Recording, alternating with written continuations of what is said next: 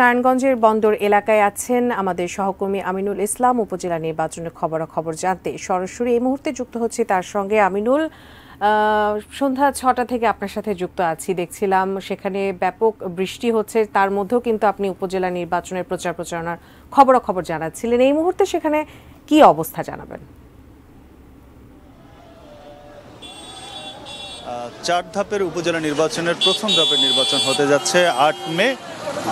সেই 8 মেই এই নারায়ণগঞ্জের যে বন্দর উপজেলা যেটি, সেখানের উপজেলা নির্বাচন হচ্ছে এবং উপজেলা নির্বাচনের আজকে প্রচারণার শেষ দিন ছিল। অর্থাৎ নির্বাচনী আইন অনুযায়ী আজকে রাতের পর আর প্রচারণা না করার বাধ্যবাধকতা রয়েছে।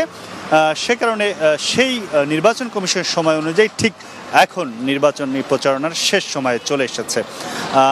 সে কারণে আসলে প্রচারণা যারা করছিলেন সেগুলো আস্তে আস্তে তারা গুটিয়ে নিচ্ছেন। আমরা বিকেলে দেখেছি যে বেশ কিছু প্রার্থী বিকেলেও তারা নানা ধরনের কার্যক্রম করেছে, উঠান বৈঠক করেছে, ভোটারদের কাছে যেতে চেষ্টা করেছে। এই চেষ্টাটি আসলে শেষ দিন পর্যন্ত থাকবে সেটা অন্য উপায়ে, কিন্তু সরাসরি প্রচারটি আজকেই শেষ হয়ে যাচ্ছে।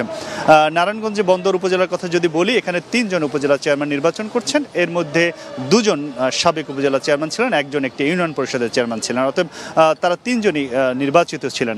ফলে এখানকার ভোটার যারা রয়েছেন তারা বলছেন যে তাদেরকে বেছে নেওয়ার সুযোগ রয়েছে, যে তারা কি বিগত দিনে কাজ করেছে সেটি দেখার সুযোগ রয়েছে। আরও একটি ফ্যাক্টর রয়েছে এই নির্বাচনে। একজন নির্বাচন করছেন বন্দর উপজেলা আওয়ামী লীগের সভাপতি, অন্যজন নারায়ণগঞ্জ মহানগর বিএনপির সাবেক যুগ্ম আহ্বায়ক ছিলেন। যেহেতু বিএনপি নির্বাচন করছে না, তিনি বিএনপির সাবেক নেতা ছিলেন, সে কারণে তার ব্যাপারে এটি বিএনপি প্রার্থী কিনা সেটি নিয়ে প্রশ্ন ছিল। বিএনপি ইতিমধ্যেই কর্মসূচি করে বলেছেন যে তার ভোট বর্জনের কর্মসূচি নারায়ণগঞ্জ করেছেন, তারা বিএনপির পক্ষ থেকে কোনো সমর্থন নেই এমনটাও বলেছেন। এর ফলে তিনি নির্বাচনের মাঠে তার অবস্থান, তিনি নির্বাচন করছেন। অপরদিকে আওয়ামী লীগের উপজেলার যিনি সভাপতি রয়েছেন তিনিও নির্বাচন করছেন। তাদের মধ্যে হাড্ডাহাড্ডি লড়াই হওয়ার সম্ভাবনা রয়েছে। যেহেতু তারা দুজনই সাবেক উপজেলা চেয়ারম্যান ছিলেন, তার ফলে কার সময় বেশি উন্নয়ন হয়েছে সেটি জনগণ বাছাই করার সুযোগ রয়েছে, অর্থাৎ সেই অনুযায়ী তারা ভোট দেওয়ার কথা বলছেন। তো সব মিলিয়ে বলা চলে এখন পর্যন্ত আমরা এখানে কোনো অপ্রীতিকর ঘটনার খবর পাইনি।